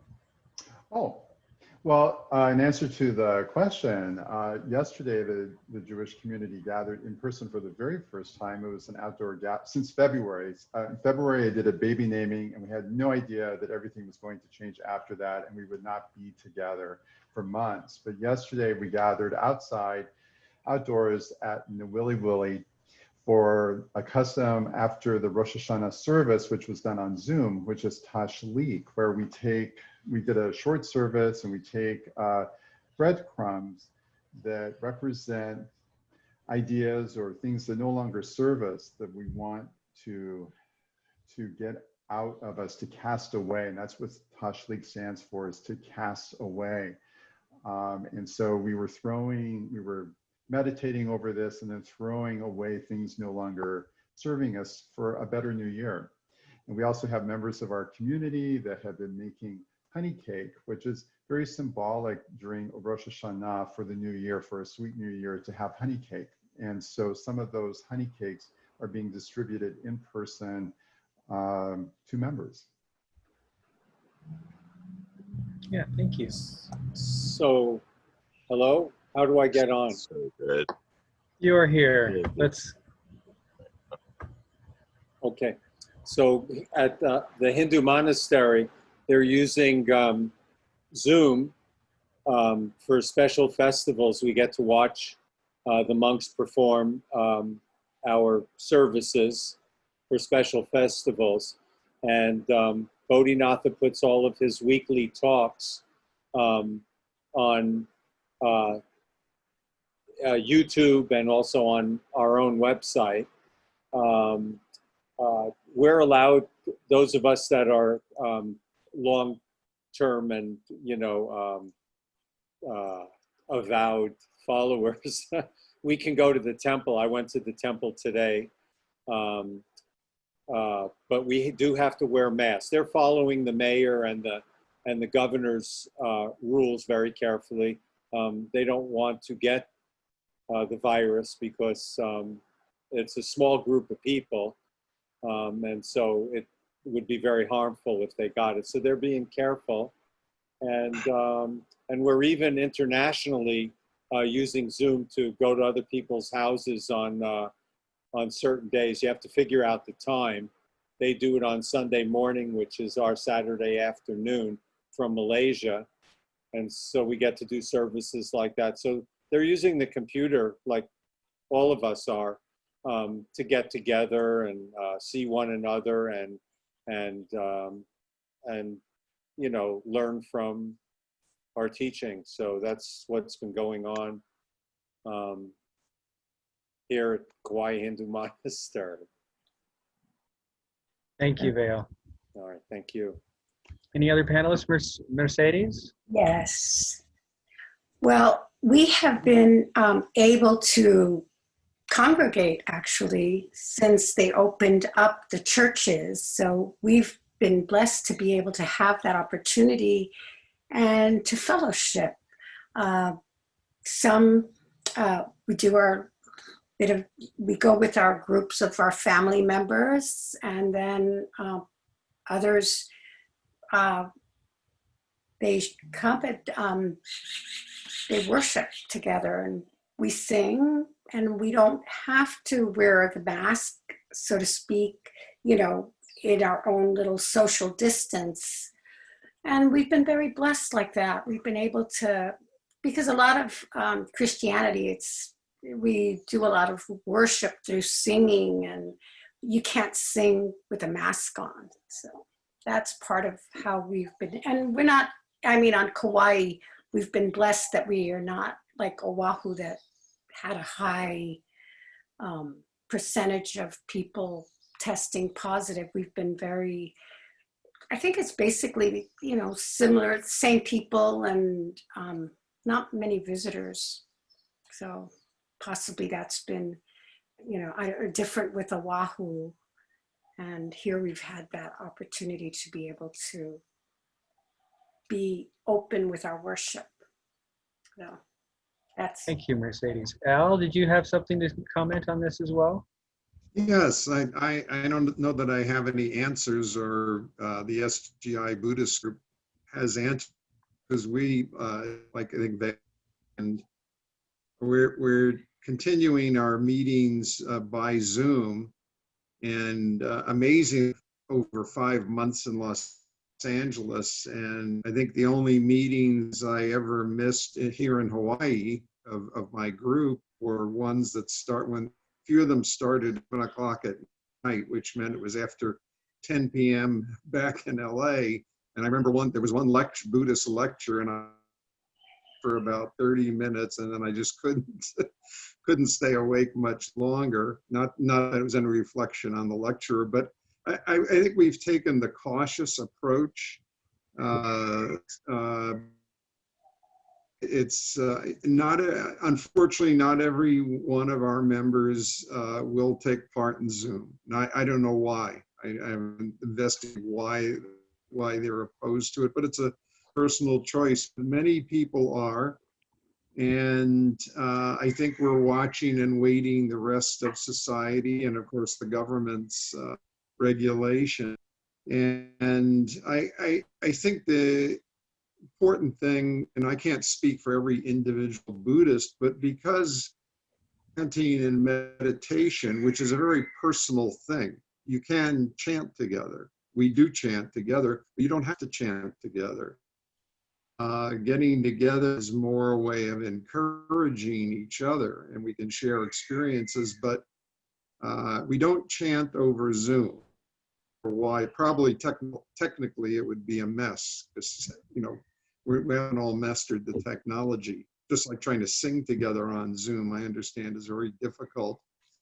But as far as our basic religion is, it's chanting, and you can do that in your own home very easily. In fact, most of our chanting is done.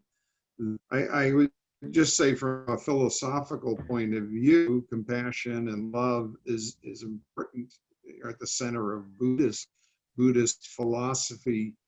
And so, and I know it's a difficult balance now in society. I feel great compassion who can't work anymore and need to work.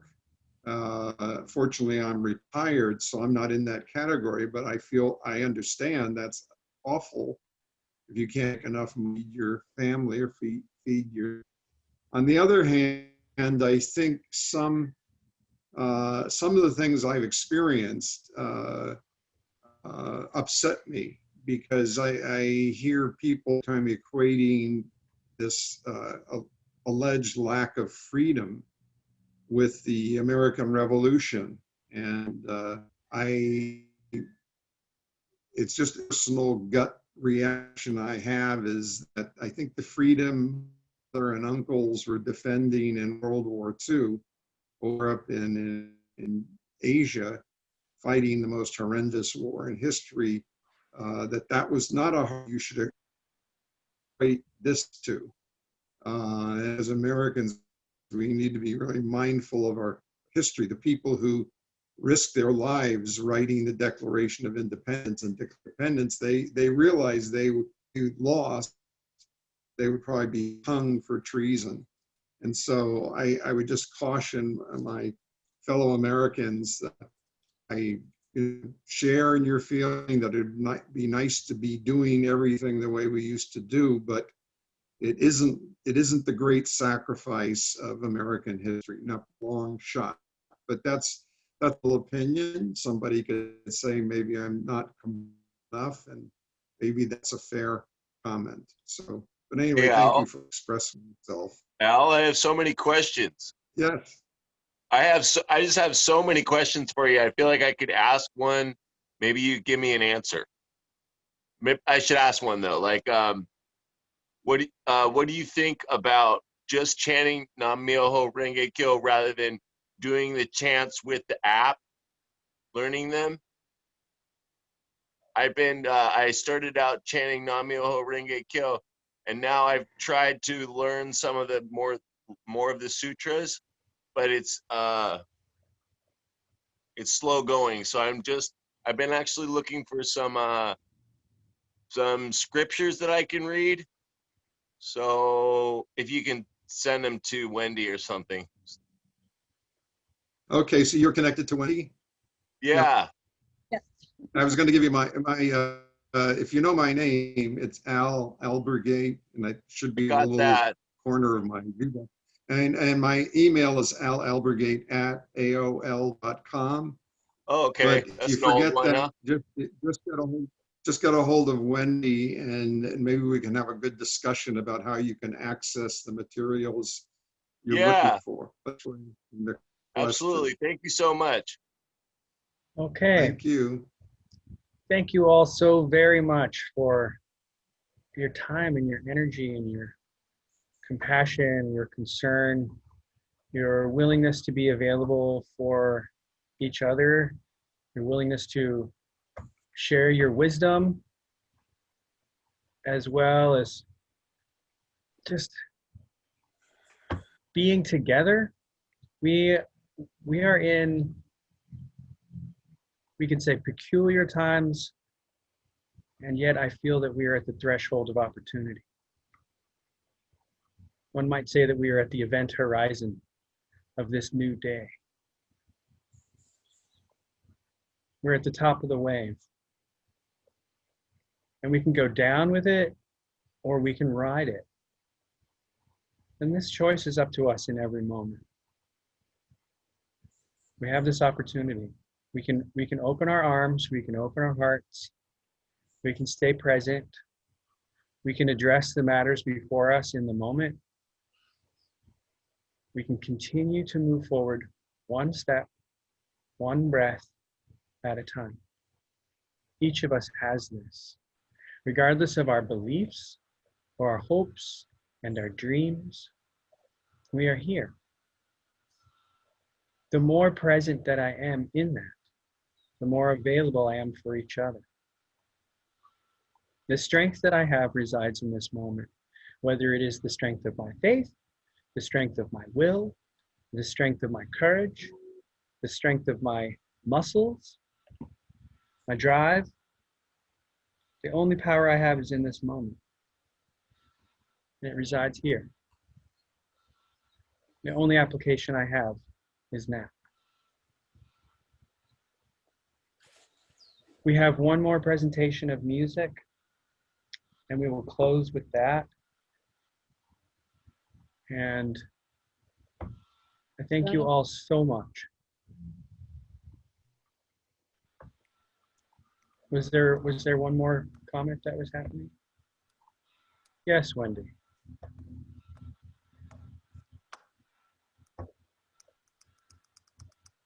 Hello? Can you hear me? Yes. Okay. I know at least 3 people who wanted to be here, and I wonder how we will access the recording afterwards to share with people.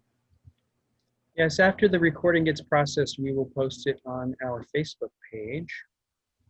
And our co-host, Sister Deborah, has had some technical difficulties and has now returned to the presentation. Yay. So we re-greet her. It is such a joy that I got to be the co-host for this. I might also thank the encouragement of Dr. Hari Galsa in his recommendation that I become a more active member of the Interfaith Roundtable of Kauai, and by the urgings of fellow members of our community. I'm just going to, this next music is Aloha Maluhia Lokahi. This is Sacred Earth Choir performing Dr. Shah's message of love, peace, and harmony, Love, peace, harmony. translated into the Hawaiian.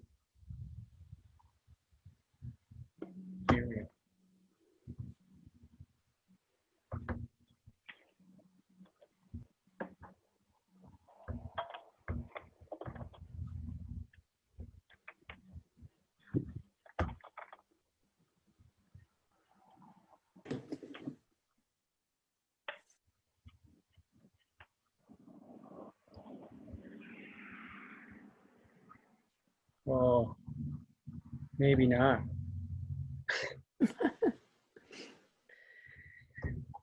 You know how technology is. Oh, we would like you to play that video, but you have to do some stuff to it first.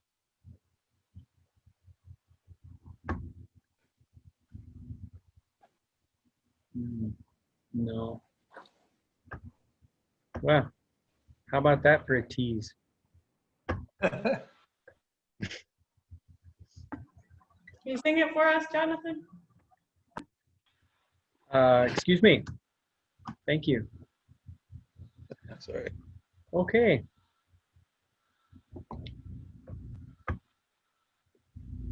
Well, I guess that's that. Let's see. Well, thank you all so very much. Any Thank you. This has been wonderful. any last hellos or goodbyes? Thank What a you, blessing. Jonathan. Thank you, Deborah. Been great. Aloha. Thanks to everybody who helped with this event. And remember, cslkauai.org, there is a donation button on the page as well. We are a 501c3, would be a tax-deductible donation. So is Interfaith Roundtable of Hawaii. We are also able to receive donations.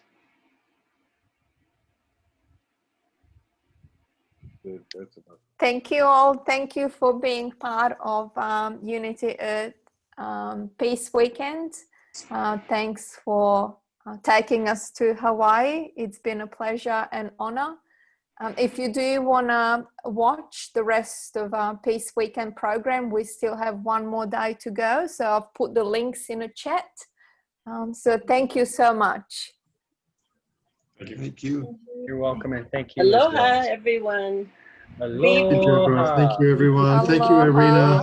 You're honoring love and unity. Aloha, Wonderful program. Wahoo. Aloha, Adrian Warren. You going to take us out with a Aloha. song? Do we get a final song from Adrian to finish up? Aloha. Yeah, go, final Adrian. Adrian, yeah, get A song of peace. Peace. Mahalo. A peace song. You guys want to hear a song? Okay. Yes.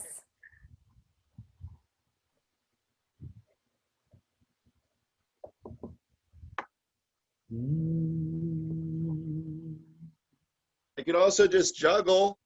How about music? You really want some music? Do you know any of my songs? I have my book. My mom told me I should, I have a book, but I don't know. I can also do covers. All right. Song. What? You choose a song, Adrian, that you think's suitable. Hey, paradise, put up a parking lot for the pink hotel, boutique and a hopping hot spot. Oops, I'm in drop D. I'm sorry. Don't it always seem to go that you don't know what you got till it's the paradise, the parking lot. You farmer, for using that DDT. It gives me spots on my apples. You don't know anything about the birds or the bees. Don't it always seem to go that you don't know what you got till it's to paradise? I can't do it by myself.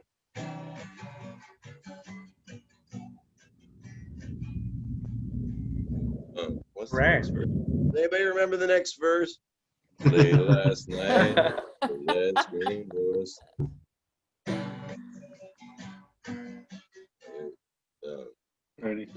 Yellow taxi took away my old man. Don't it go, don't it always seem to go that you don't know what you got till it's paved paradise. Put up a parking lot.